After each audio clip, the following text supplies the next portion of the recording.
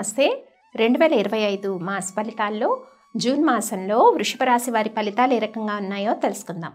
June మాసంలో వృషభ రాశి వారికి కొంత అనుకూలమైన పరిస్థితులు ఉన్నాయని మనం చెప్పుకోవచ్చు.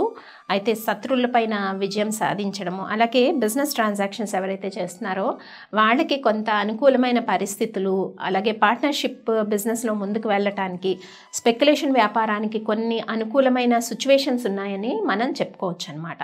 అయితే ఉద్యోగంలో బదిలీలు ఎవరైతే కోరుకుంటున్నారో ట్రాన్స్ఫర్స్, వాళ్ళకి కొంత కోరుకున్న ప్లేస్కి బదిలీలు, government jobs or private jobs, software jobs నిర్వహిస్తున్న వాళ్ళకి కొంత ఇంక్రిమెంట్స్ కానీ కోరుకున్న ప్లేస్కి బదిలీలు అయ్యే సిచ్యువేషన్స్ అయితే కనిపిస్తున్నాయి.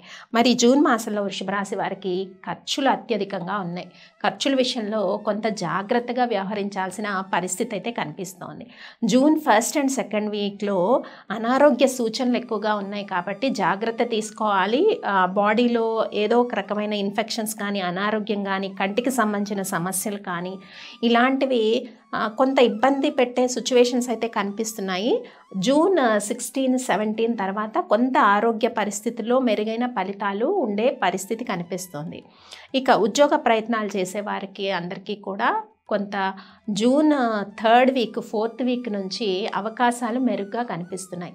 ఇక విద్యార్థులు చక్కగా కష్టపడిన దానికి మంచి శుభ ఫలితాలు కమింగ్ మంత్స్లో, మీరు ప్రమోట్ అయిన అకాడమిక్స్, మీరు ఎగ్జామ్స్ అటెండ్ చేసినప్పుడు మంచి ఫలితాలు, అంటే కష్టపడిన దానికైతే రిజల్ట్ వస్తుంది.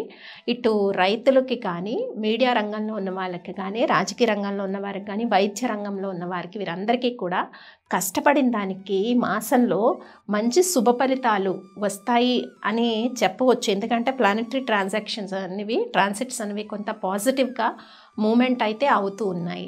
అయితే కొంత వాహనాలపైన ప్రయాణం చేసేటప్పుడు కొన్ని జాగ్రత్తలు అయితే తప్పకుండా తీసుకోవాలి.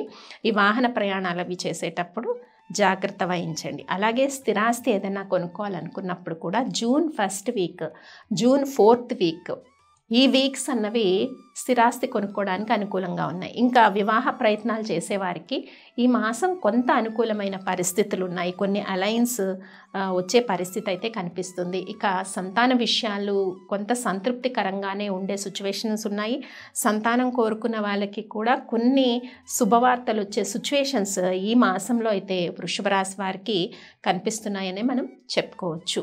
ముఖ్యంగా ఈ మాసంలో చేసుకోవాల్సిన పరిహారాల్లో వృషభ రాశి వారు చక్కగా అమ్మవారి శ్లోకాలు చదువుకుంటే చాలా మంచిది.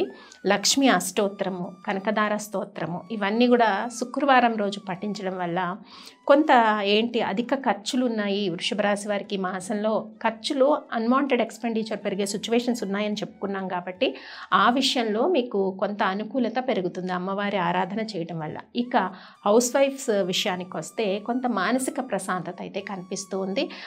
కుటుంబ విషయాల పట్ల, సంతానం పట్ల మీరు తీసుకున్న శ్రద్ధకి చక్కటి మానసిక ప్రశాంతత, సత్ఫలితాలు అనేవి చూసే అవకాశాలు కూడా కనిపిస్తున్నాయి. మరి ఏ విషయాల్లో జాగ్రత్తలు తీసుకోవాలి?